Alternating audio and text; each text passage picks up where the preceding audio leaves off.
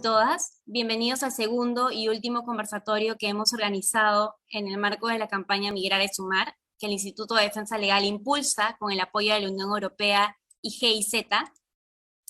Tal y como lo dije ayer, en nuestro primer evento, estos tienen como objetivo dar a conocer la importancia de una correcta integración de la comunidad migrante venezolana en el mercado laboral del país receptor. El día de hoy nuestros invitados, especialistas en el tema, presentarán propuestas para facilitar la integración de la comunidad venezolana en el mercado laboral peruano. Está con nosotros David Liqueri, director de Equilibrium Sende.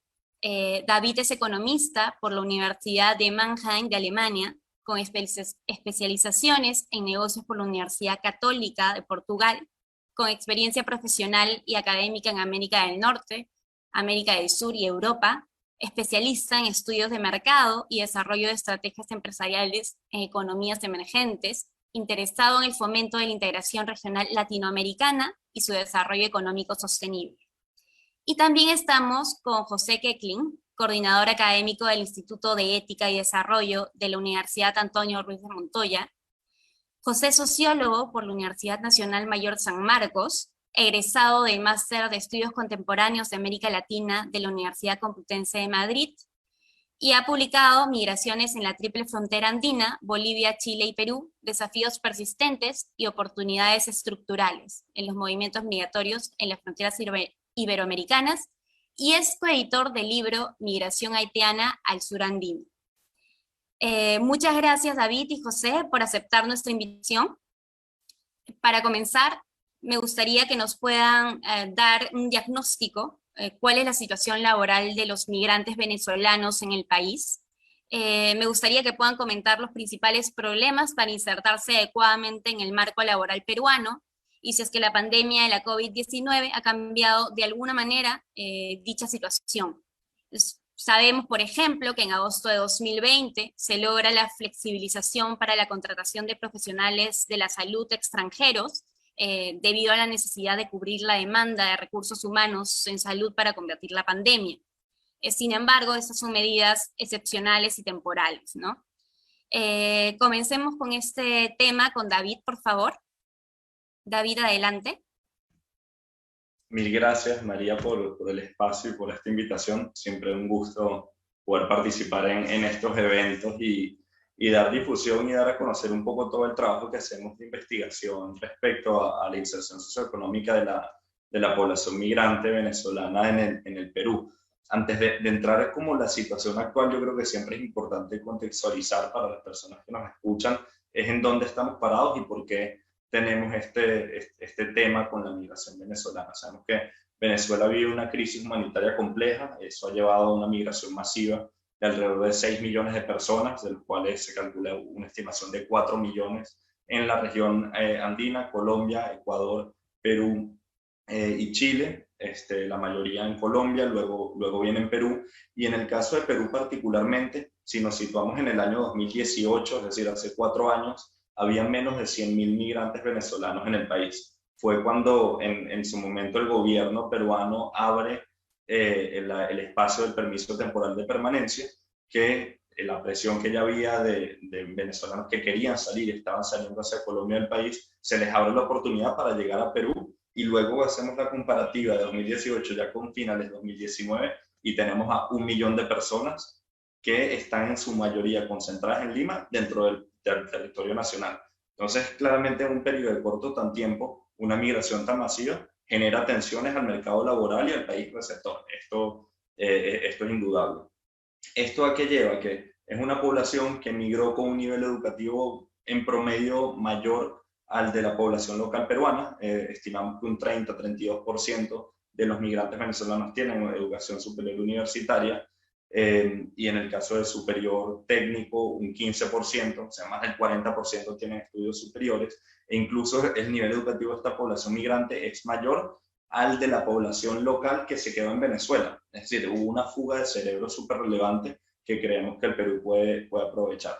Actualmente, según los últimos datos que tenemos a cierre de 2021, sabemos que las cifras de empleo han venido mejorando después del tema de la pandemia, que se llegaron a niveles de desempleo altísimos, y estimamos que un 68% de esta población migrante está trabajando, un 20% está buscando trabajo, y luego tenemos un 11% que se dedica principalmente a tareas del hogar, es estudiante o ama de casa. Entonces, del total, alrededor de un 90% de población económicamente activa que busca trabajando, 20% está en desempleo, pero cuando vemos la lupa un poco más profunda, no solamente en el trabaja o no trabaja, sino en qué trabaja, lo que más está agarrando fuerza es comercio minorista y comercio ambulatorio. Se calcula que el 14% de las personas que están trabajando es comercio ambulatorio, vendiendo cosas en la calle.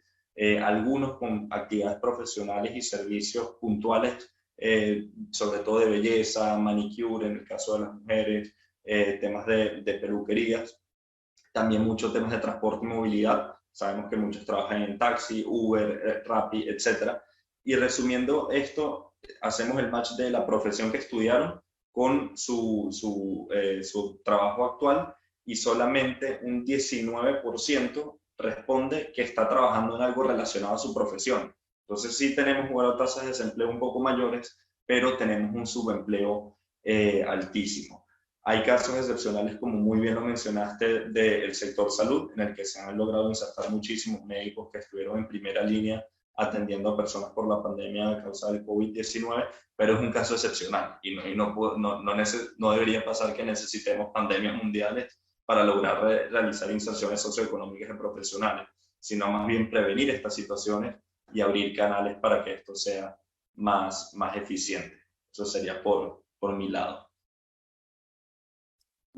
Muchas gracias, David. Y acá también quería consultarte sobre el tema de los títulos, ¿no? Que tiene que reconocer SUNEDU. Sé que ha hecho modificaciones ahora último para poder facilitar todo el tema a los migrantes venezolanos. Sin embargo, creo, y creo que me podrías comentarnos a todos, que hay un problema en el tema de que no reconoce el Perú la carrera de técnico superior universitario. Quería saber de repente cuántas personas se ven perjudicadas o cuántos venezolanos se ven perjudicados por esto. En ese caso hay dos temas. Uno, en el caso de profesionales universitarios, solamente un 11% ha logrado convalidar sus títulos del universo universitario. Y convalidar los títulos en muchos casos es un requisito, pero no una condición suficiente, porque también tiene que pasar por todos los colegios, colegio de ingenieros, colegio de arquitectos, colegio médicos, y esa es otra barrera, que hay veces que los requisitos que solicitan y la inversión monetaria es imposible para un migrante en las condiciones que viene a cumplirlas, a pesar de que tengan las capacidades técnicas de hacer un buen trabajo, ¿no? Entonces esa barrera hay que tenerla en consideración. Y con los temas técnicos, estimando que un 15% de esta población tiene estudios técnicos superiores, es un poco complicado, porque el técnico superior en Venezuela no se sabe si convalidar en qué nivel dentro del sistema educativo peruano. Entonces se supone que es un poco más al técnico que se conoce aquí normalmente, pero no llega a ser una educación universitaria completa, y esos procesos de reconocer lo que se ha aprendido y reconocer lo que se ha hecho para luego lograr una inserción eficiente, generan muchas ineficiencias en el mercado laboral. Sabemos que hay algunas iniciativas que van trabajando esto y que tratan con validación y reconocimiento de estas habilidades que se tengan, pero todavía hay muchísimo que trabajar en esta línea. De hecho, un dato interesante que calculamos el año pasado era cuánto le habría costado al Estado peruano capacitar a toda esta población migrante que llegó, ¿no? Porque al final es un capital humano que sí consume, pero también aporta. Primero todo el tiempo que toma esta capacitación, y luego la inversión monetaria de haber pasado por instituciones públicas o privadas, y calculamos que es de 3.300 millones de dólares en educación lo que trae la migración consigo. Para ponerlo en contexto, es 1.5 veces el proyecto minero Tía María. Entonces, si lo vemos de esta manera y logramos aprovechar este capital humano, creo que puede ser muy beneficioso. Entiendo. Muchas gracias, David. Ahora es el turno de José. José, también queremos que nos dé su diagnóstico sobre la situación laboral de los migrantes venezolanos en el país.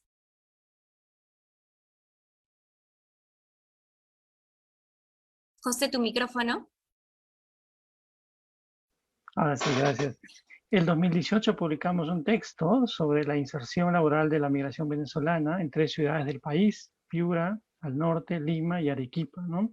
Y efectivamente cuando se condicen con las cifras que acaba de mencionar David, ¿no?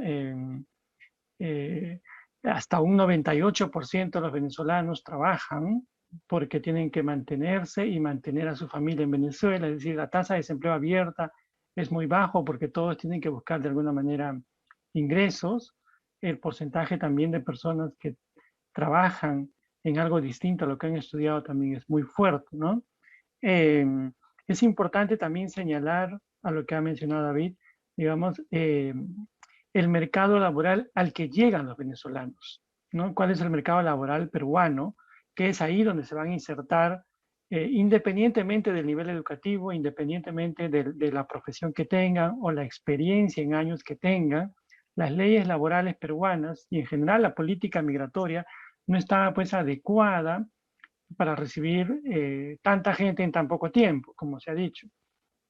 ¿No? Entonces, todo esto pues han sido barreras que han impedido una integración más rápida y genuina en el mercado laboral peruano.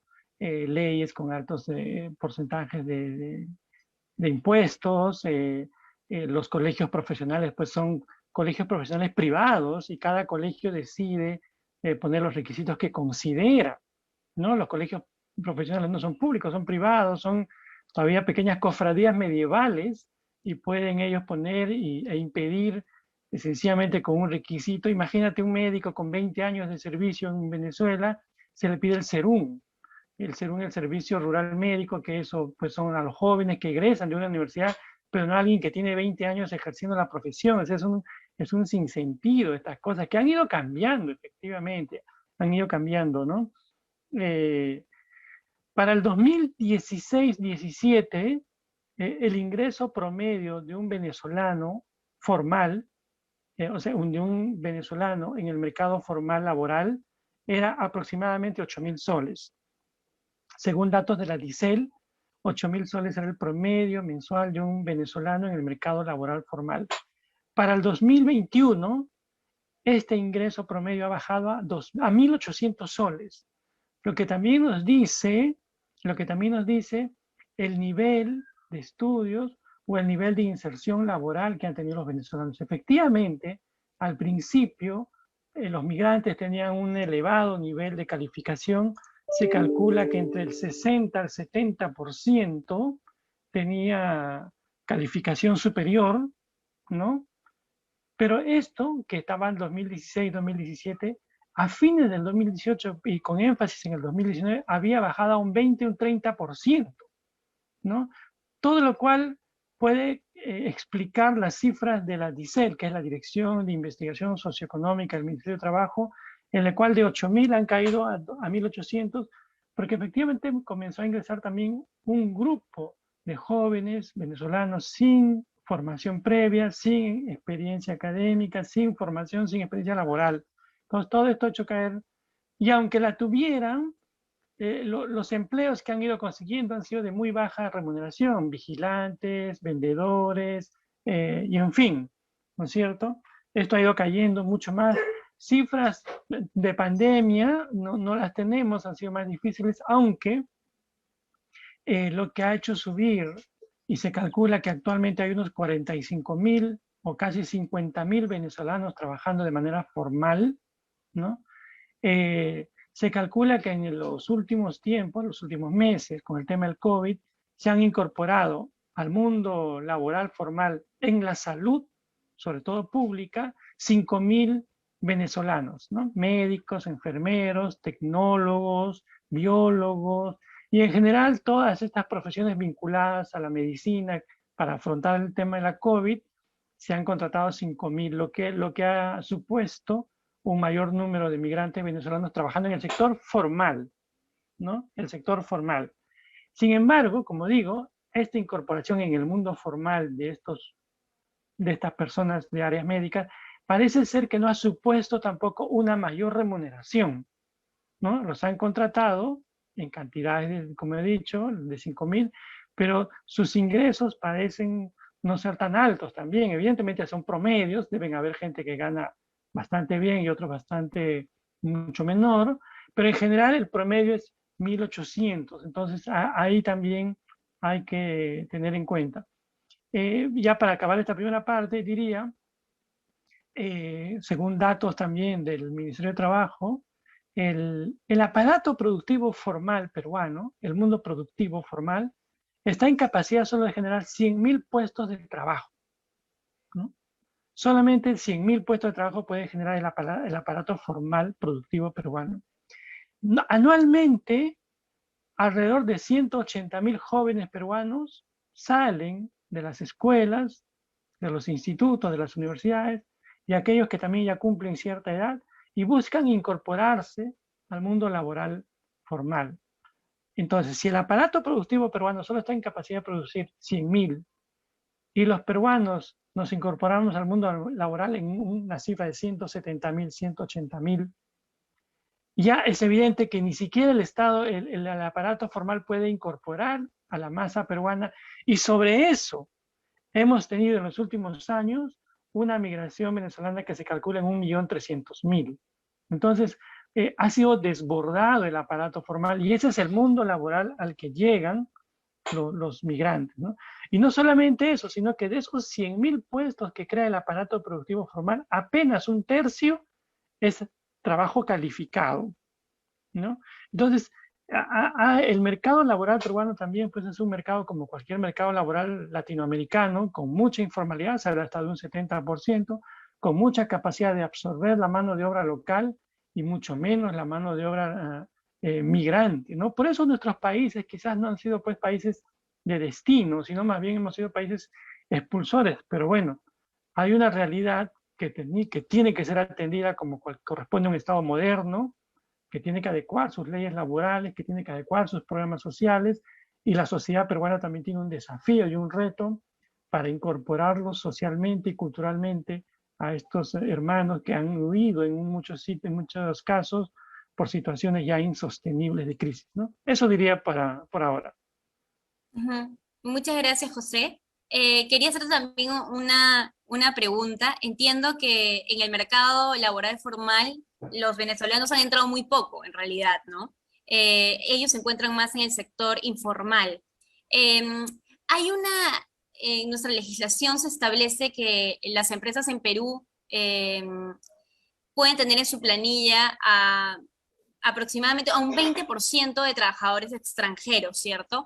Me pregunto si es que porque yo ya lo he escuchado muchísimo como uno de los impedimentos, o algo que debería cambiarse, entendiendo que las particularidades de la migración venezolana al país, pero esta en realidad, en la actualidad, viene a ser un impedimento para que se inserten en el mercado formal, o simplemente ellos no llegan a ser un 20%, como para en realidad que este sea un impedimento actual, ¿no? Un problema actual.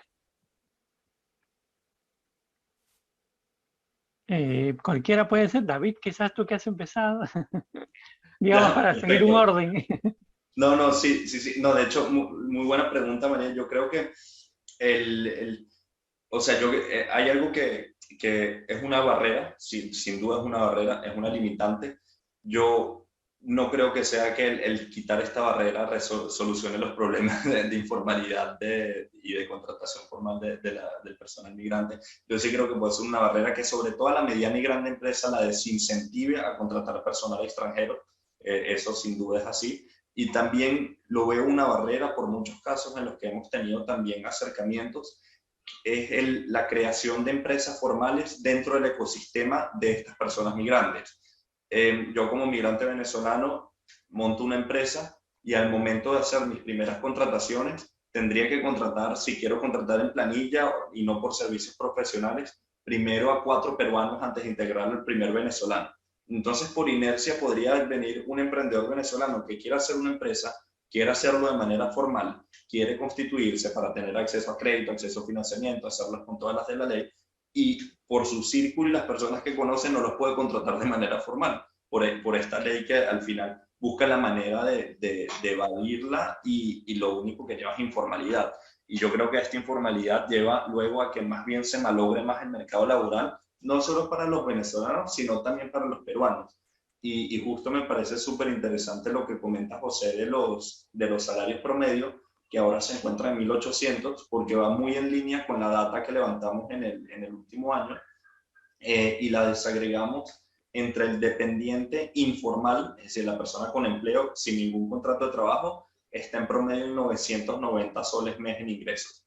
El que trabaja independiente en 1.050 soles mes. El que trabaja de manera dependiente a través de servicios profesionales por recibo por honorarios 1.300. El dependiente en planilla en 1.700 aproximadamente, y ya los que son empleadores con pequeños negocios 2.500. Entonces el promedio sí está alrededor de los 1.800, y sí vemos una tendencia, si bien no son los 8.000 soles que recibían aquellos más roles de expatriados venezolanos que venían en Perú en el año 2017, sí es una tendencia creciente mientras más formal sea el empleo al que acceda este migrante. Entonces yo creo que hay que fomentar eso, fomentar esta inserción hacia la formalidad. Muchas gracias, David.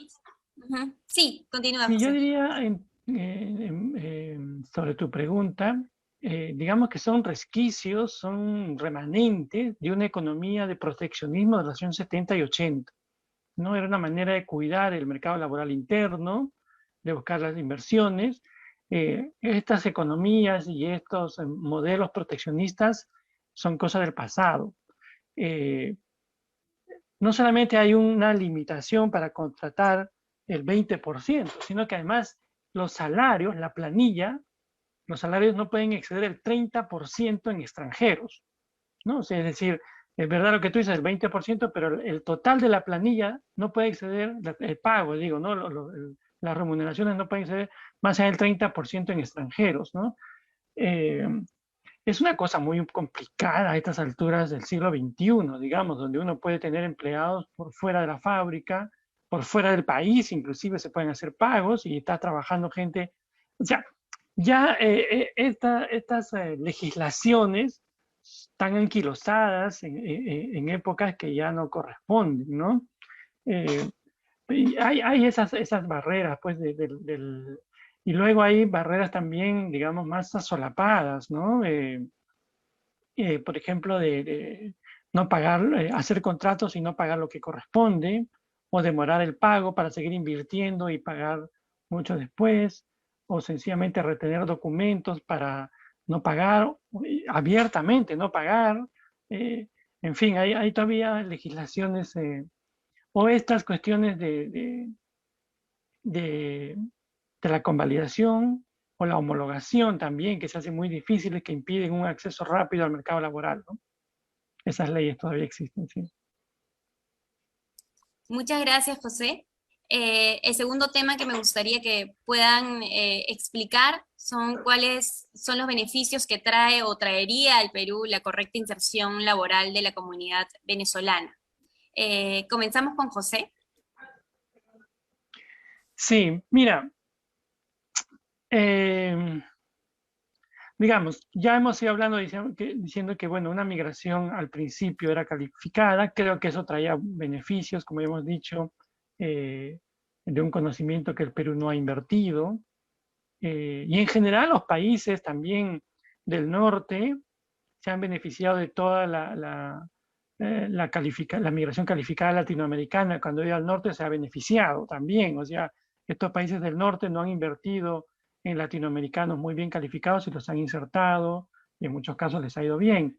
Digamos, cuando hay estas cosas hay que estar preparados, que puede venir gente muy bien calificada, pero como hemos dicho, esta migración calificada no ha encontrado en el país, y en general en los países andinos como Ecuador, Colombia, Perú, no han encontrado un lugar donde puedan aplicar sus conocimientos, insertarse laboralmente y echar raíces, ¿no?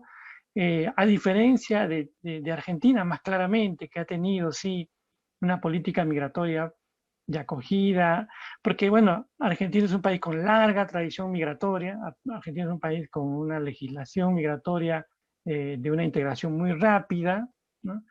Pero países como el nuestro, Ecuador o Colombia, no han sabido aprovechar, por tanto, los beneficios que hemos podido capturar en ese primer momento se han diluido y muchos han seguido su ruta más al sur, Chile o Argentina, ¿no?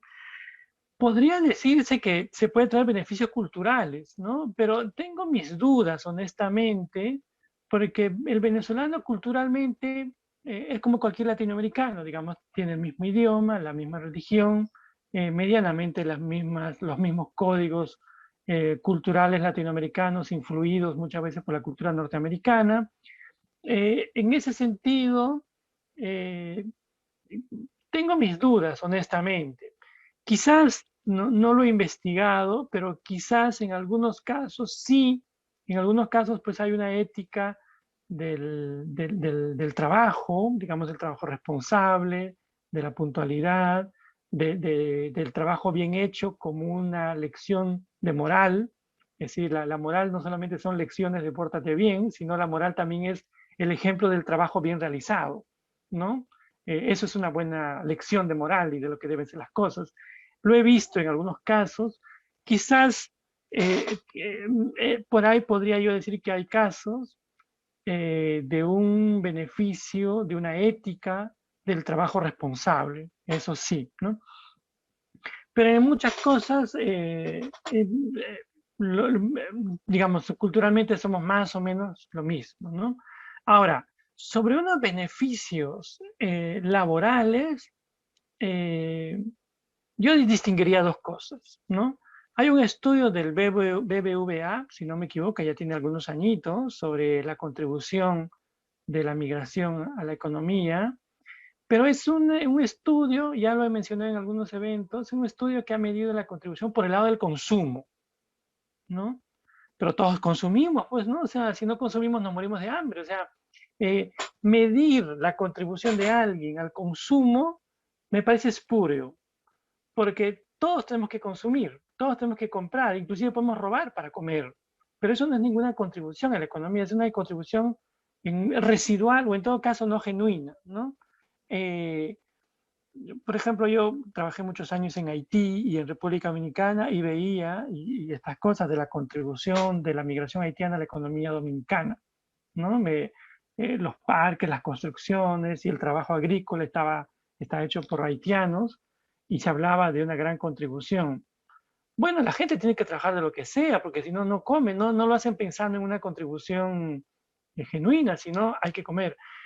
Yo diría que una verdadera contribución a la economía, una contribución genuina, es efectivamente que los venezolanos puedan trabajar en lo que han estudiado, que se inserten de ese modo y puedan contribuir al Estado peruano mediante impuestos, como cualquier peruano. Usted emite un recibo por honorarios y paga unos impuestos.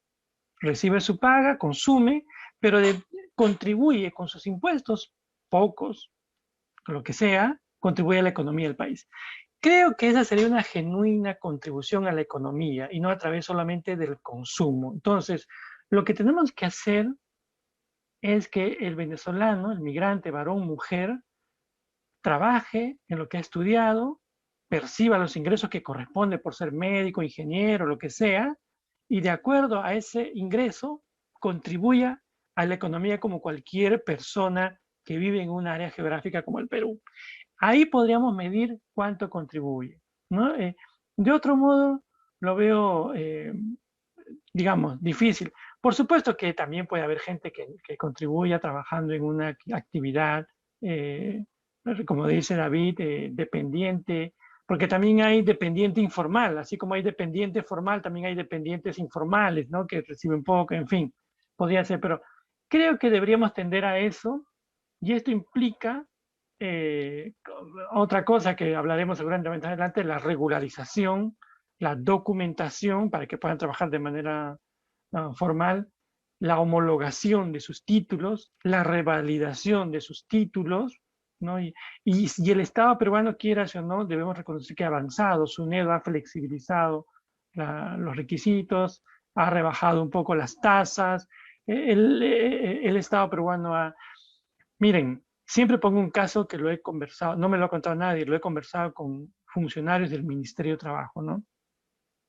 Cuando viene un joven, varón, mujer venezolano al país, y no tiene de demostrar que tiene habilidades o destrezas técnicas, por ejemplo, ha trabajado en un hotel como recepcionista, ha trabajado en un taller de mecánica como ayudante, de estas cuestiones que a veces uno con los años aprende, cuando esta persona quiere certificar esas habilidades y destrezas para postular un empleo, el Estado peruano no lo puede hacer, porque el venezolano no es parte de la comunidad andina, está por fuera de todos estos acuerdos de integración socioeconómica o estos acuerdos de integración subregional, y no puede el Estado peruano certificar como si lo haría con un colombiano, boliviano o ecuatoriano.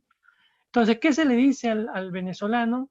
Vaya usted a una institución privada para que le certifiquen lo que usted ya sabe hacer. ¿Cuánto cuesta eso un ayudante de cocina, una cocinera, un cocinero? ¿Cuánto un mesero? ¿Cuánto le cuesta a un joven venezolano que una entidad privada le certifique lo que ya sabe hacer? 8.000, 5.000 soles.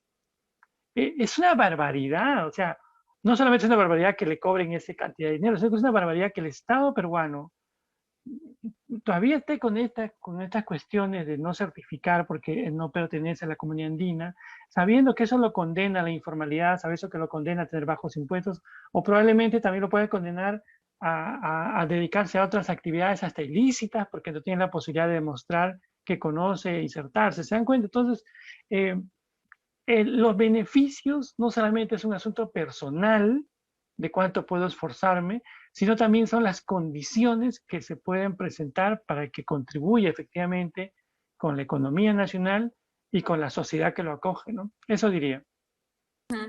Muchas gracias, José. Entiendo que lo último que me dices ya pasaría casi por un tema político, y me pongo a pensar a diferentes sectores, no sé, que han pedido muchas veces no reconocer al gobierno de Venezuela, y entiendo que eso también impediría de alguna manera este tema de poder facilitar el reconocer algunos, bueno, lo que me estabas mencionando, ¿no? Algunos títulos, el poder pedir de repente información sobre los ciudadanos venezolanos que han venido al país.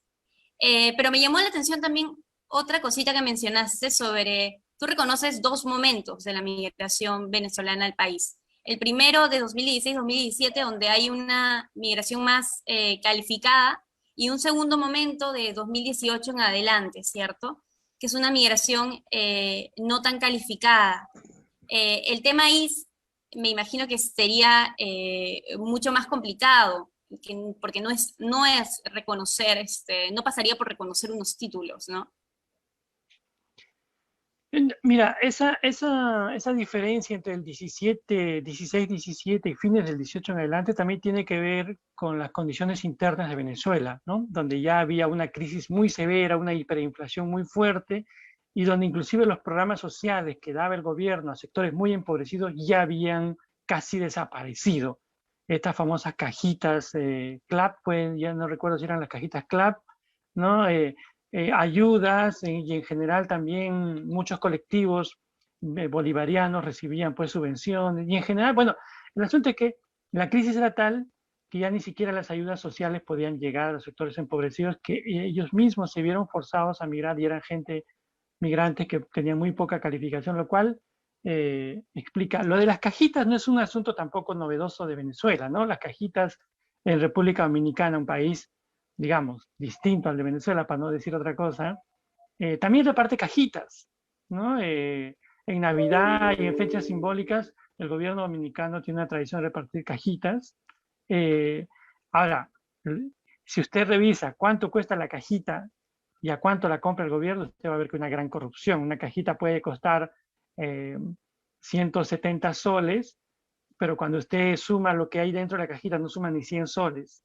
¿No? Y después el valor nutricional de esas cajitas también es otro problema, ¿no? En muchos casos hasta se reparte ron, no sé qué puede ayudar esas cajitas a la economía o a la seguridad alimentaria de estas poblaciones. También eso es otro tema, pero eso puede entenderse por la situación gravísima en ese momento. Ahora parece ser que la situación ha mejorado un poco, según informes que tengo, ya no hay una hiperinflación por lo menos, la cosa está mejorando. Me refería al reconocimiento de habilidades y destrezas, no de títulos, ¿no? Como te decía, gente que ha trabajado en un restaurante, en un hotel, en una cocina, en una mecánica, gente pues que jóvenes que no tienen títulos ni certificación tecnológica, pero eso, mira, Colombia, la municipalidad, el municipio de Bogotá, emite de oficio estos certificados, estas constancias a jóvenes venezolanos para que puedan insertarse en el mercado, ¿no? Es decir, ¿usted sabe cocinar? Sí, bueno, le tomarán una prueba, qué sé yo. ¿Usted sabe arreglar carros? Sí, bueno, le dan su certificado y con eso pueden insertarse en distintos talleres de mecánica. Eso contribuiría, primero, a lo que ya sabemos, la integración, hasta un asunto de autoestima personal, porque sabemos que el trabajo digno y el trabajo bien remunerado eleva la autoestima, disminuye los conflictos internos familiares. Es una cosa maravillosa el trabajo digno, ¿no? Entonces, pero al negarles estos certificados, condenan pues a un migrante a seguir en la angustia, en trabajos no calificados, en fin, todo lo que puede significar el no tener trabajo digno, que los peruanos lo sabemos muchas veces cuando no nos desarrollamos según nuestras habilidades y destrezas, ¿no? Eso. Muchas gracias, José. Bueno, ahora es el turno de David. David, también me gustaría hacerte la misma pregunta. ¿Cuáles son los beneficios que trae o traería al Perú la correcta inserción laboral de la comunidad venezolana? Perfecto, María. Bueno, nosotros desde hace dos años ya se refundó la Cámara Empresarial Venezolana Peruana. Nos juntamos un grupo de empresarios venezolanos y la pusimos a andar de nuevo. Va creciendo. También aprovecho de hacer un poco de publicidad en este espacio de la Cámara. Ya tenemos más de 80 empresas afiliadas y abrimos ahora un programa de emprendedores en el que se están sumando casi 100 emprendedores a la Cámara, y la idea es que son empresas ya que son formales, van creciendo y reinvierten, y tuvimos la oportunidad junto con la Konrad Adenauer Stiftung y nosotros desde Equilibrio fuimos implementadores del estudio de hacer algo, digamos, similar a lo que se hizo en aquel momento que José comenta con el BBVA, para tratar de estimar el impacto de la migración venezolana en el Perú, pero un poco más profundo, con levantamiento de información, entrando un poco más a detalle, entendiendo patrones de consumo, entendiendo patrones de ingresos y por eso aportes. Y por un lado sí sabemos que la migración en sí trae muchas externalidades que son muy difíciles de cuantificar y nosotros no nos enfocamos en esas externalidades. Externalidades que se nos ocurran es que viene todo este capital humano que puede luego generar mayor conocimiento por ciertos estudios que tenga. Hay externalidades que también se han medido en otros casos de migraciones de los niños, niñas y adolescentes que vienen con un nivel educativo bastante alto. En el tema de Colombia, la educación fronteriza en colegios públicos, migrantes venezolanos han mostrado un desempeño mayor al de la población local. Entonces trae una externalidad positiva porque sube un poco el nivel en los estándares de prueba y eso también hay que considerarlo, pero es muy difícil de cuantificar a nivel de estudio, por lo que nosotros nos enfocamos en impacto fiscal. Era como tratar de desglosar un poco más ese impacto fiscal, el cuánto aportaría la migración venezolana en impuestos. Como bien comenta José, la mayor parte viene por la inercia del consumo. Es porque, bueno, la gente consume, paga un IGB y hay una tendencia de consumo que sí identificamos que es un poco distinta, que sí se consumen más productos en la población venezolana que tienen impuestos selectivos al consumo, como carnes altas en grasas, ciertas proteínas, alcohol, cigarros, etcétera, que también aporta más impuestos al respecto y se tiene que cuantificar. Y luego viene el aporte de ingresos sobre el impuesto a la renta. Este aporte sobre el impuesto a la renta lo cuantificamos también, y ahora comento un poco las cifras, y era proporcionalmente pequeño. O sea, realmente ahí es donde hay un potencial para crecer muchísimo. Compartiendo un poco las cifras, nosotros estimamos que el ingreso fiscal total que genera la migración venezolana es de 309 millones de soles entre consumo e impuesto a la renta. De estos 309 millones, 237 millones de soles vienen por el IGB, representan casi el 1% del total de recaudación por IGB en el país. Luego, en impuestos selectivos al consumo, 36 millones de soles, representa también un poquito más del 1% del total. Y en impuesto a la renta, 35 millones de soles. Es decir, acá aproximadamente un 10% de toda la recaudación viene por el lado de los ingresos que genera. Luego de este monto que tuvimos, de ingreso total, vimos, ok, hay que tratar de ver, está este ingreso que viene por consumo, que es por inercia, pero es que puede ser es un ingreso, y cuánto le cuesta realmente al gobierno luego tener esta migración.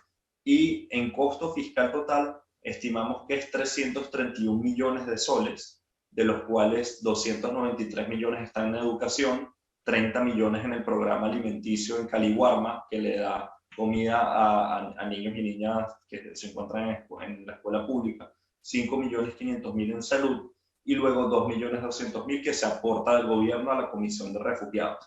Pero de este gasto total hay un actor que ha jugado un rol fundamental en Latinoamérica para la inserción de la migración venezolana, que es la cooperación internacional. Agencias de la ONU como ACNUR, OIM, agencias como la cooperación alemana GIZ, y USAID, y aquí un sinfín de organizaciones que no, disculpe si alguna la estoy excluyendo en los ejemplos que doy, pero para el año 2020, que fue el que estimamos, aportaron 162 millones de soles directo al gobierno peruano para apoyar a cubrir todos esos gastos. Entonces, si haces el match de todos estos ingresos que generan, más la subvención de la cooperación internacional y lo que le cuesta al gobierno peruano tener estos migrantes, deja un saldo neto de 139 millones de soles, que es un número, no diría que es un gran número, pero es un saldo neto positivo, que yo creo que es el tema importante de evaluar, a costa de tensiones en el mercado laboral, xenofobia, etcétera, que como digo, no los estamos cuantificando acá porque hay miles de externalidades, tanto positivas como negativas, pero un dato que sí nos parece interesante: estos 139 millones de soles netos, que es aproximadamente 35 millones de dólares, es lo que, según declara Consulta Amigable en el Ministerio de Economía y Finanzas, es lo que requiere la Superintendencia Nacional de Migraciones para operar. Entonces, digamos que hace un match como lo que aporta la migración venezolana, es equivalente en saldos netos a lo que le cuesta al gobierno peruano tener la Superintendencia Nacional de Migraciones. Ahora, voy después de contextualizar todo esto, la pregunta del potencial, ¿no? El potencial que vimos es que puede subir de 135 millones de soles, principalmente por el tema de impuesto a la renta. Creemos que tiene un potencial de no aportar nada más 30 millones de soles, sino 330 millones de soles. Si logramos los niveles de formalización que José comentó, es alrededor de un 8% de la población activa venezolana, 50.000, 60.000 migrantes. Si logramos llevarlo al 30%, digamos que es como donde se ha estabilizado en el caso de Perú. La pandemia lo afectó un poco, pero donde se ha estabilizado a nivel de formalidad, lo llevamos hacia esos niveles y a niveles de ingresos más cercanos a los del promedio de la población peruana, y sería de 330 millones de soles este aporte impuesto a la renta, y el ingreso fiscal neto estaría en 296 millones de soles. Subiría de 135 a casi 300. Y yo creo que hacia allá es donde hay que apuntar, como el ver que realmente, primero, en el corto plazo, a pesar de todas las funciones, el saldo sigue siendo positivo, pero hay mucha cancha para crecer, ¿no? Podemos llevarlo a casi triplicar esta cifra. Muchas gracias, David. El tercer tema que les quiero proponer está relacionado con las respuestas de los gobiernos a la oferta laboral venezolana en el país. Desde 2016, en el que empieza con más fuerza el desplazamiento de venezolanos, ¿cuáles han sido las diferentes respuestas que Perú ha tenido a dicho fenómeno, ¿no? ¿Rescatan alguno de ellos? También, ¿cuál es la mirada que tienen a la actual política? Esta vez inicia David. Adelante, David.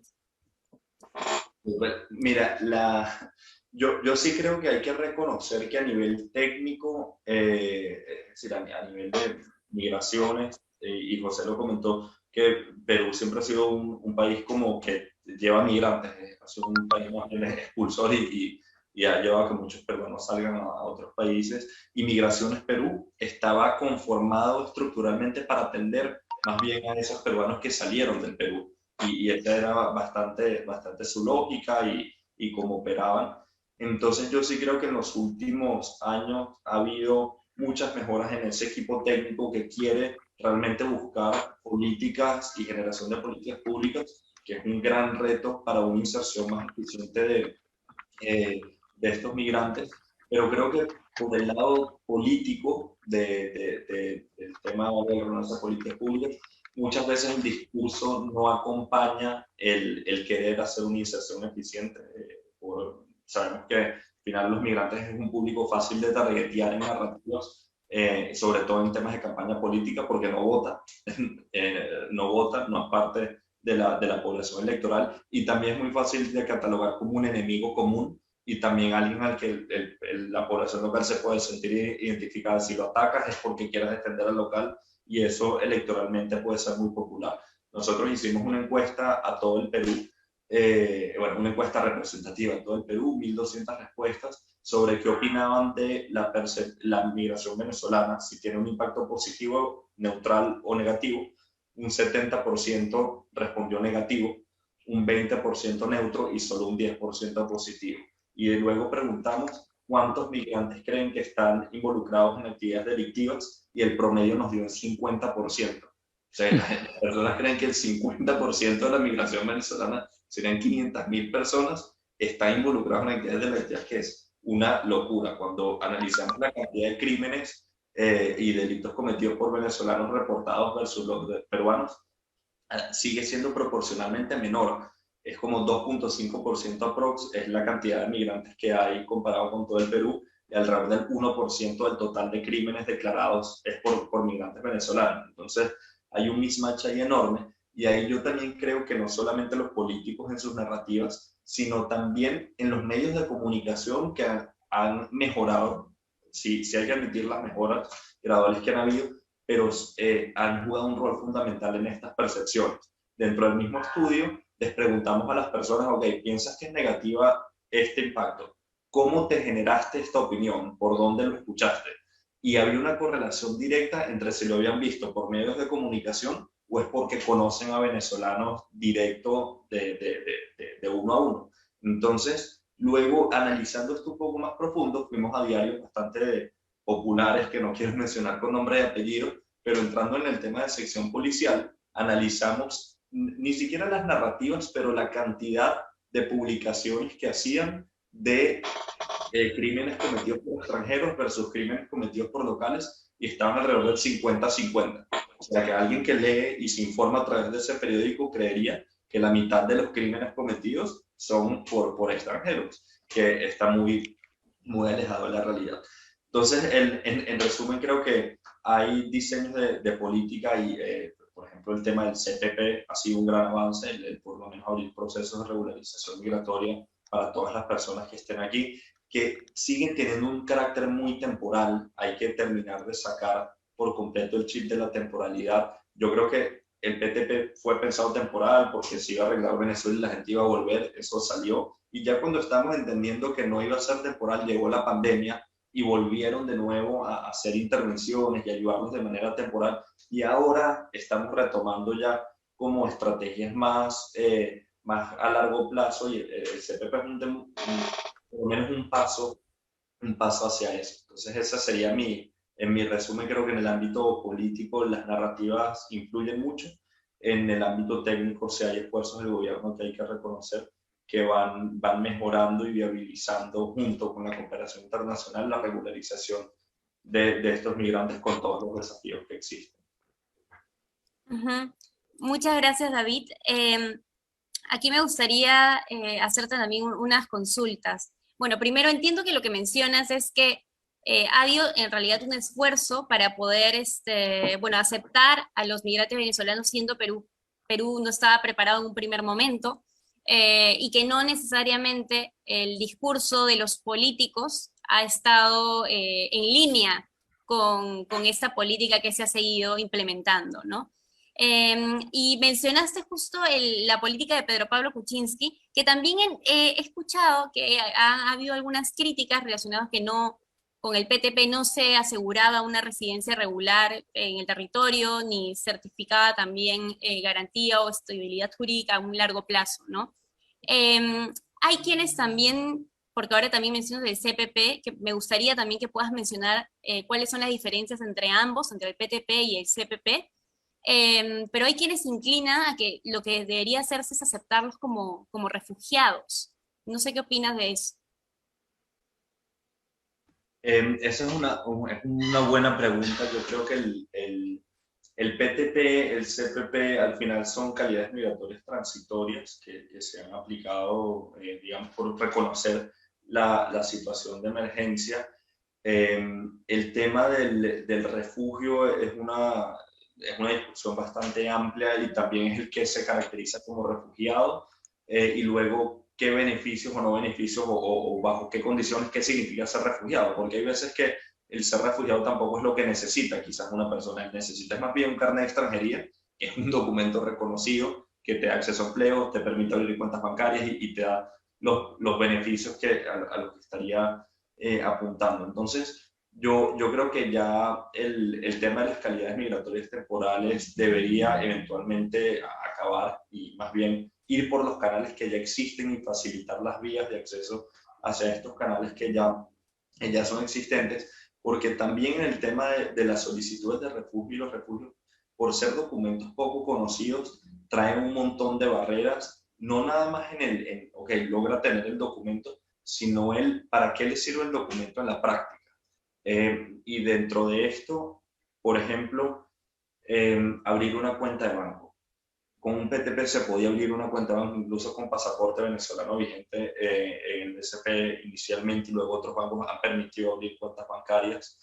Pero el funcionario que está quizás atendiendo a la persona no sabe, no, le entrega un PTP, un documento nuevo, un CPP, se ve distinto, tiene un color distinto, tiene un carácter temporal y simplemente responde no, aquí no lo podemos introducir. También empezando porque la cantidad de dígitos de estos documentos a veces ha variado, entonces tienes que adaptar todos tus sistemas internos para poder aceptarlo. Entonces, el carácter temporal, si es temporal, se tiene que ver con una transición a algo que elimine esta temporalidad. Creo que esa sería como mi recomendación general, porque si se mantiene siempre estos niveles de temporalidad, estaríamos asumiendo que la población no se va a quedar. Y sí se va a quedar, la intención de permanencia siempre está por encima del 70-80%, y luego de la intención de poder irse a realmente irse, hay una gran brecha. Entonces es asumir que la población migrante sigue creciendo, va a seguir llegando y más bien facilitar los mecanismos para su regularización es lo que trae más beneficios para todos. Muchas gracias, David. Ahora es el turno de José. También le pido que nos comente lo mismo sobre las diferentes respuestas que han dado los gobiernos, los diferentes gobiernos en Perú, ¿no? Sobre a la migración venezolana y a la inserción laboral. Yo diría dos cosas, ¿no? Digamos, ¿cuál ha sido la respuesta del Estado como tal? Digamos, un Estado que suscribe convenios internacionales de respeto a los derechos humanos, un Estado que suscribe acuerdos de una inmigración ordenada, segura, y en general lo que debería ser un Estado moderno del siglo XXI. Y diría, por otra, cuál ha sido la respuesta de la sociedad peruana como tal. Yo diría que al principio, efectivamente, la migración ha sido bien recibida. Digamos, era una novedad en el país nunca había recibido tanta gente en tan poco tiempo. Había cierta solidaridad con la situación que se manejaba en Venezuela. Los medios de comunicación, como ha dicho David, mostraban una Venezuela. Bueno, los medios muestran lo que quieren también, ¿no? Eso lo diremos ahora. Pero mostraban una situación calamitosa de Venezuela, con un gobierno que no respetaba las libertades políticas, civiles, con una situación económica y alimentaria donde se alimentaba a la gente pues de comida, de basura. En general, un apocalipsis, y esa situación hizo que los peruanos recibiéramos pues entusiastamente a los venezolanos, los acogían, la novedad en todo su sentido, ¿no? Esta situación que fue al principio fue cambiando, ¿no? Conforme se iba cambiando también el patrón migratorio, es decir, lo que hemos dicho antes, ya gente menos educada, jóvenes con familia, sectores muy, pero muy empobrecidos venezolanos, y luego comenzó también a aparecer delitos o eventos delictivos donde se comprometían venezolanos, ciudadanos venezolanas y venezolanos, ¿no? Y esta situación de los delitos fue amplificado por los medios de comunicación, ¿no? Hemos publicado hace poco un texto sobre migración y criminalidad, el manejo del éxodo venezolano por la prensa peruana, donde describimos los titulares que mostraban los medios de comunicación, los adjetivos para referirse a los venezolanos como sangrientos, despiadados, y en general una serie de adjetivos pues, que rayan ya con la locura, ¿no? Entonces, todo lo cual, no solamente en medios escritos, sino también televisivos, los días que la prensa dedicaba a repetir un evento delictivo, ¿no? Como decimos ahí, habían casos, no recuerdo qué caso, creo que fue el de San Martín de Porres, de esto que sucedió, un evento que sucedió en un hotel, donde durante 18 días un canal y un periódico daban a lo mismo sin aportar nuevas evidencias ni nueva información. Sencillamente era una repetición casi morbosa del asunto. Y claro, todo esto se va quedando en el imaginario. Bueno, esta situación de acogida va cambiando conforme los medios van cubriendo eventos delictivos y pasamos a un segundo momento donde ya hay un rechazo a la inmigración y una sospecha generalizada de que cualquier venezolano es un potencial delincuente. Como dice David, hasta un 70% considera que no traen nada. Justamente conozco gente muy cercana a mí donde, por ejemplo, ya no contrataban señoritas venezolanas para el trabajo, para el servicio doméstico, o jóvenes para la vigilancia de edificios, nada, ya era una sospecha terrible sobre el ciudadano o la ciudadana venezolana, ¿no? Entonces, ha habido ahí un cambio en ese patrón. Esto se ha aminorado un poco con el fenómeno del COVID, ¿no? De todas maneras, hay en este texto, por ejemplo, que hemos publicado, para agosto, septiembre del 2020, en el Perú se contaban 870 presos venezolanos, ¿no? 870, imagínense ustedes, de 1.300.000, 870 presos venezolanos, ¿no? Es pues una relación bajísima, ¿no? Lo que sucede es que cualquier persona en la calle puede grabar un evento delictivo con su celular y lo puede pasar por una red, lo puede pasar por cualquier medio digital o una red social. Todo esto pues contribuye a una estigmatización y en cualquier negocio, en cualquier sitio hay una cámara de televisión que puede registrar estos delitos, ¿no? Donde están comprometidos efectivamente ciudadanos, pero son los menos. Pero si uno hace el desagregado de cuántos presos colombianos o mexicanos tenemos, resulta que son igual o un poco más, ¿no? Es decir, en nuestras cárceles peruanas hay más colombianos y más mexicanos y colombianos juntos que venezolanos. El problema está en el delito que cometen, ¿no? Estos mexicanos y colombianos normalmente están comprometidos en tráfico ilícito de drogas, ¿no? En la cual efectivamente nadie pues con su celular está grabando un evento en la calle, a diferencia de gente que arrebata un bolso, roba un celular o hace un disparo, ¿no? Entonces, estos delitos del narcotráfico normalmente son a puertas cerradas, son en otros lugares que no muy vistos por cualquier persona, pero miren, nadie habla de estas cosas, los medios siempre se entretienen en otras cosas. En general los invito a leer, a ver también esta publicación que hemos hecho, ¿no? En cuanto al Estado, yo diría, me parece, no se dice, pero me parece que también hay cierta cuestión geopolítica detrás de la respuesta de los Estados, ¿no? También juegan un partido aparte. Sabemos que hay países que están poco interesados en que un proyecto distinto al suyo puedan tener o instalarse en América Latina y hacen todo lo posible para bloquearlo, sabotearlo o impedirlo, ¿no? Entonces, lo magnifican, los denuncian y en general. Entonces, recuerden que el gobierno de Kuczynski pues está en las antípodas, ideológicamente hablando, del gobierno bolivariano, de Maduro, de Chávez.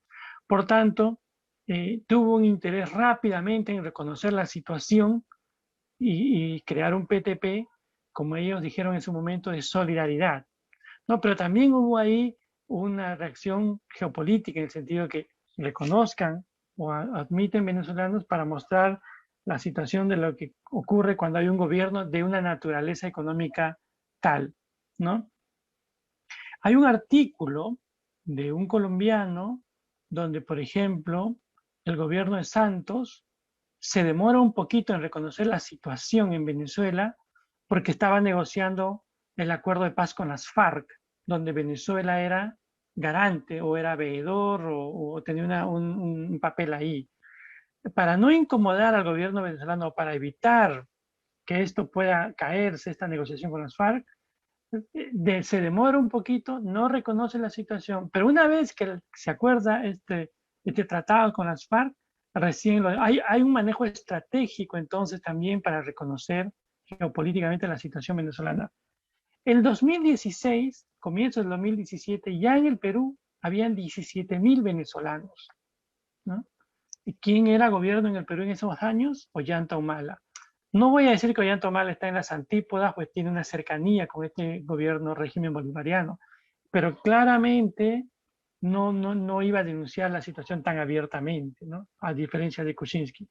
Hay, pues, para explorar un poco más estas situaciones geopolíticas que también se juegan, pero no se dicen.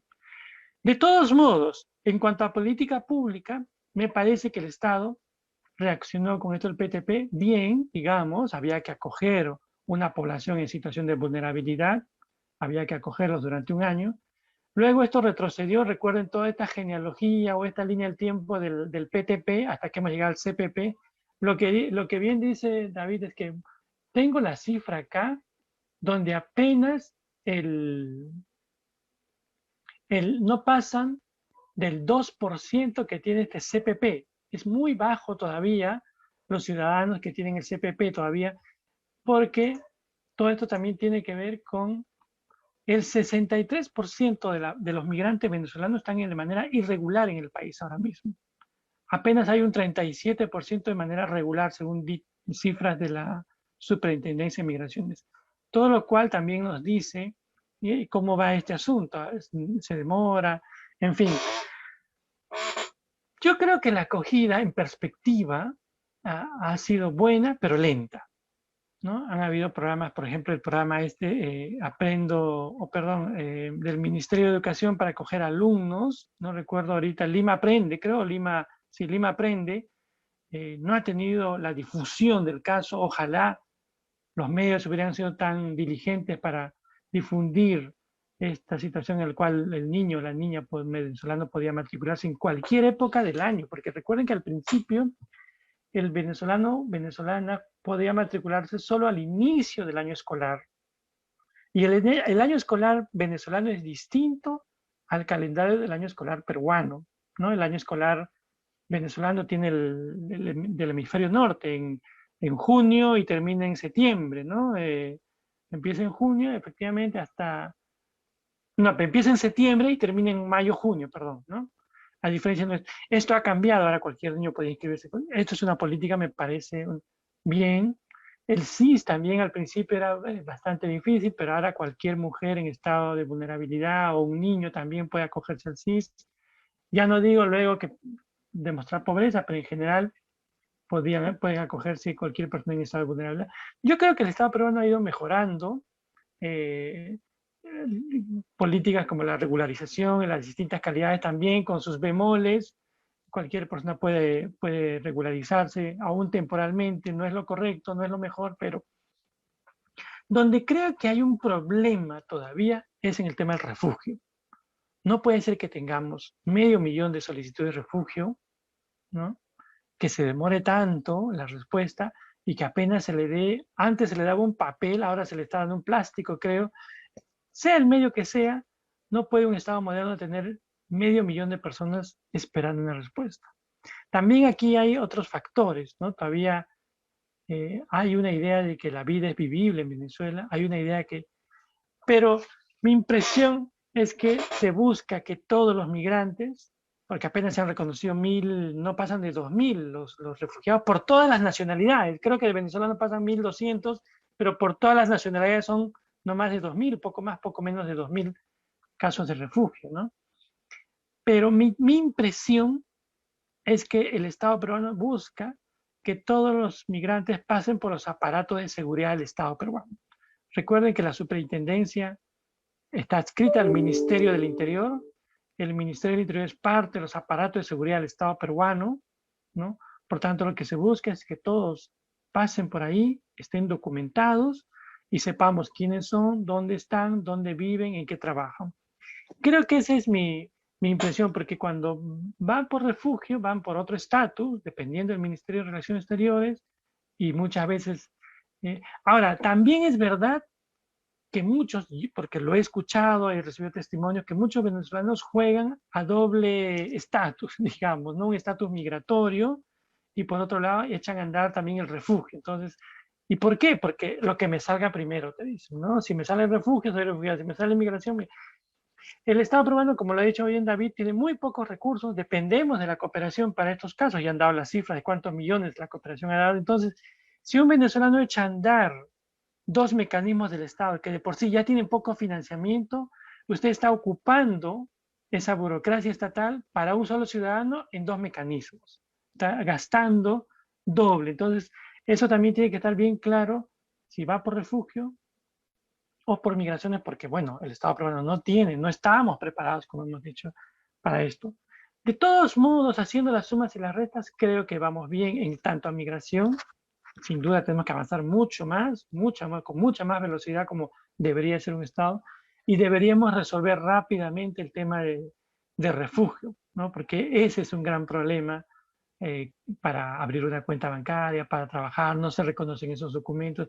Si uno hace una encuesta sobre cuáles son los documentos de las distintas calidades migratorias más reconocidos, el carnet de extranjería sale, el PTP, el CPP, y nadie reconoce un carnet o una solicitud de refugio. Por tanto, otra vez condenamos al migrante a realizar trabajos vulnerables, poco remunerados, con el peligro de ser despedidos o en muchos casos hasta denunciados, ¿no? Eso diría por ahora. Muchas gracias, José. Ahora, para ya finalizar, los dejo con el tema central de este evento. ¿Qué propuestas se ensayan para una correcta integración de la comunidad venezolana en el marco laboral peruano? Comencemos con José, por favor. Sí, mira, yo siempre repito esta idea que la aprendí, el teorema de Pareto, ¿no? No sé si ya me han escuchado este idea del teorema de Pareto. Pareto fue un economista, filósofo, sociólogo italiano. Él decía que, bueno, los recursos son limitados, no solamente el recurso a tiempo, sino el dinero y los profesionales son limitados. Este teorema indica que debemos ser capaces de concentrarnos en el 20% de los problemas estratégicos, y resolviendo ese 20% de los problemas estratégicos, resolveremos por añadidura el 80%, porque no podemos resolver problema por problema. No nos alcanza la vida, ni el dinero, ni los profesionales, ni el tiempo. Entonces, deberíamos ser capaces de reconocer ese 20% de problemas estratégicos para, con eso, resolver los demás problemas, ¿no? ¿Cuáles son esos problemas, ese 20% de problemas estratégicos que debemos resolver? ¿No? Es como cuando uno va a una oficina pública, ¿no? Hay un buzón de sugerencias, ¿no? Pueden haber 1000 boletas o 5000, 10.000 boletas. Uno no puede resolver 10.000 problemas. El encargado de esa oficina tendrá que ver cuáles son el 20% de esos problemas estratégicos para resolver luego, por añadidura, todo el resto, ¿no? ¿Cuáles son, a mi modo de ver, ¿no? El 20% de esos problemas a resolver. Primero, la regularidad migratoria, la documentación. Como hemos dicho, no podemos tener en un país moderno un 63% de migrantes de manera irregular, ¿no? Y miren, tengo yo los datos porque, a ver si me das 30 segundos, voy a encontrar. Sí, claro.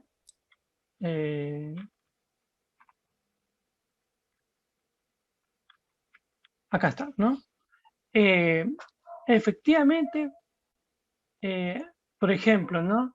En la calidad especial residente hay 202.000 personas, hay, o mejor dicho, la mayoría está en una categoría especial residente, para no repetir cifras, ¿no? Hay un poco en CPP, muy poquito en Mercosur, y luego se van en calidad humanitaria mucho menor, pero especial residente también es una condición temporal, ¿no? Entonces tenemos que resolver este tema de la regularización. Tener un nombre, un documento, da trabajo, da seguridad, da estabilidad. Y ya no digo la cuestión subjetiva de autoestima y de tranquilidad emocional. Eso un psicólogo mejor que nosotros quizás podría explicarnos lo que significa tener documento en un país extranjero. Piénsese en que un peruano va a otro país y no tiene ningún documento, ni DNI, ni nada. Bueno, piensa en un país como el nuestro, caminar sin DNI, te llevan preso, ¿no? Ahora piensa en un migrante que no tiene nada. Entonces, creo que el principal problema es la regularidad migratoria, la documentación. Yo creo que con eso insertamos en el mercado laboral, se disminuyen angustias, se gana más, se contribuye más a la economía, etcétera, ¿no? Luego, hacer que todas las personas que tengan calificación técnica o calificación superior sean reconocidos en sus capacidades, de manera también que puedan insertarse en un mercado laboral formal y contribuir a la economía tal como lo hemos visto ahora, de manera genuina, ¿no es cierto?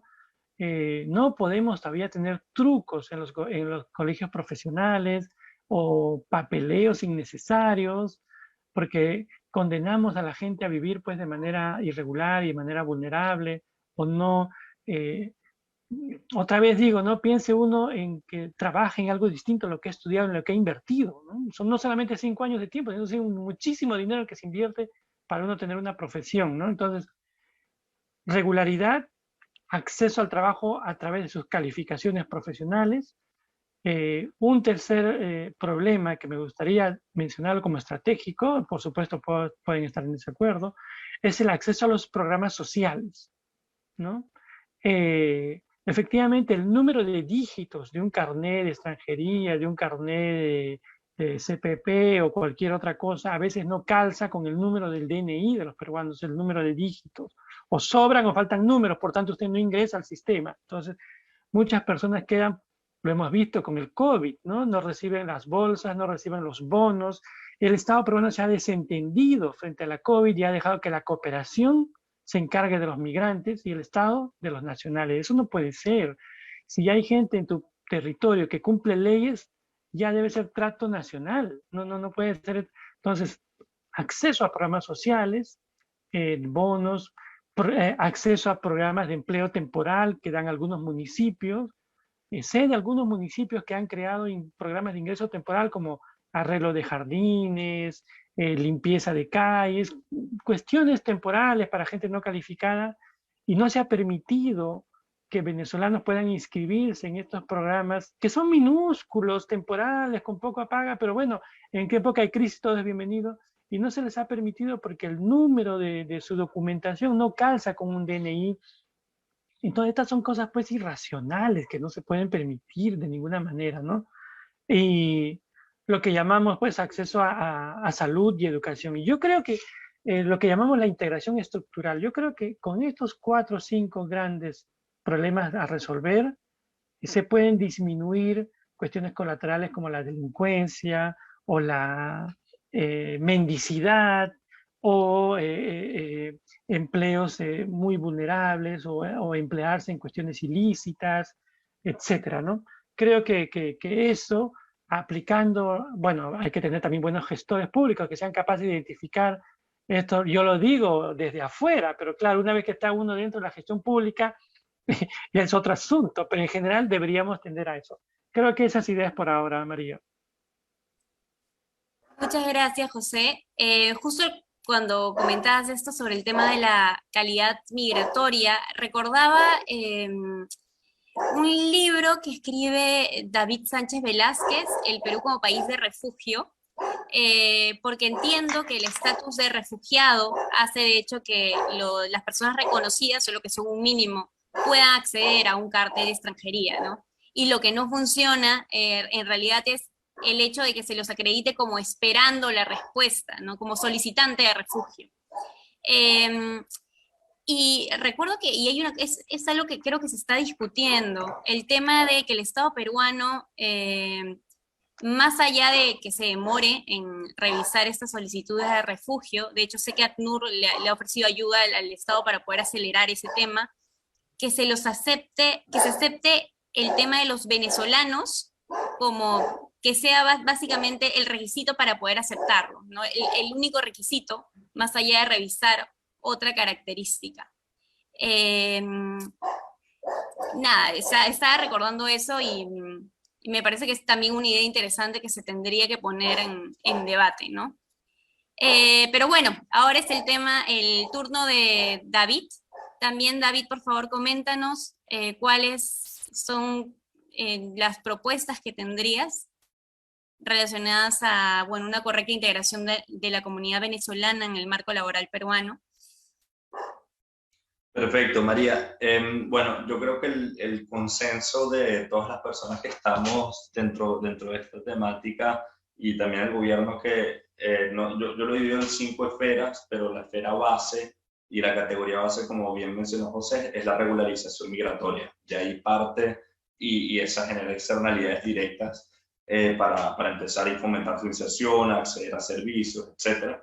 Yo creo que hay que flexibilizar estos procesos. Ahora el CFP está permitiendo esta calidad temporal que hay que aceleradla, hay que tratar de hacerlo lo más sencilla posible. Hay que brindar facilidades de pago frente a las multas, porque también las personas que están accediendo al CFP, hay muchos migrantes que están optando por no hacerlo porque sienten que hay un costo involucrado por las multas de sobreestadía que por el momento que estuvieron irregulares, y hay que ver cómo flexibilizar estos procesos. Y hay que hacer campañas también, porque va a ser el reto primero de regularizar, y ahora como es un documento migratorio nuevo, todas las campañas de información que van en línea al sector privado y funcionarios públicos de qué se puede hacer y qué no se puede hacer con ese documento. Entonces está la emisión del documento y luego el tema de campañas informativas para fomentar la aceptación del mismo. Luego las otras 4 esferas en las que hago mención, una es el mercado laboral y generación de emprendimientos. En este punto hay que flexibilizar los procesos de contratación, como se mencionó también antes, en un Estado moderno, el que existan estos porcentajes limitativos de contratación no son acordes a la realidad ni del mercado, ni de la globalización en general internacional, ni de la situación que está teniendo Perú con su migración. Y hay que fomentar también los programas de emprendimientos de migrantes para dejar de pensar de que la población migrante ahora tiene que acceder al empleo, tiene que ser independiente, también puede ser un potencial empleador. Y hay muchos programas de entidades gubernamentales como ProInnovate y también hay ciertos accesos a capital semilla que están potenciando emprendimientos de locales. También ver la manera de targetear a los migrantes dentro de estos programas. El tercer punto es el ejercicio de la profesión, la convalidación de títulos y el poder flexibilizar los procesos con los colegios correspondientes de cada una de las profesiones para luego realmente hacer, esto sí es una bomba de tiempo, necesitamos buscar la manera que aquellos que son ingenieros puedan ejercer, en caso que lo quieran y lo tengan como prioridad, como ingenieros pronto, porque si no van pasando más años y sus habilidades se van desactualizando cada vez más y va a ser más costosa e ineficiente su inserción en el mercado laboral. Y el cuarto punto es lo que se mencionaba, acceso a servicios sociales, acceso a servicios de educación, acceso a servicios de salud. Si no se le dan estos servicios, no es sostenible las condiciones y la calidad de vida de estas personas migrantes en el país.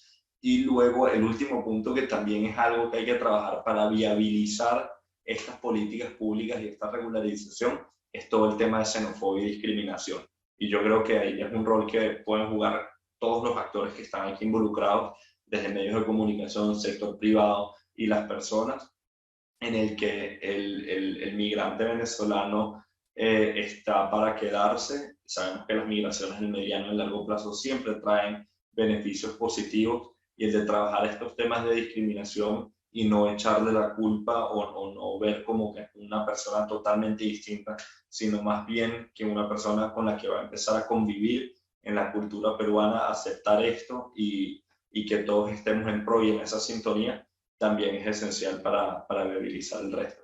Esas serían mis conclusiones finales de este evento. Muchas gracias, David. Muchas gracias, José. De verdad que sus ideas han sido bastante interesantes y valiosas. Muchas gracias también a quienes nos están siguiendo por el interés en este tema que es tan actual y relevante.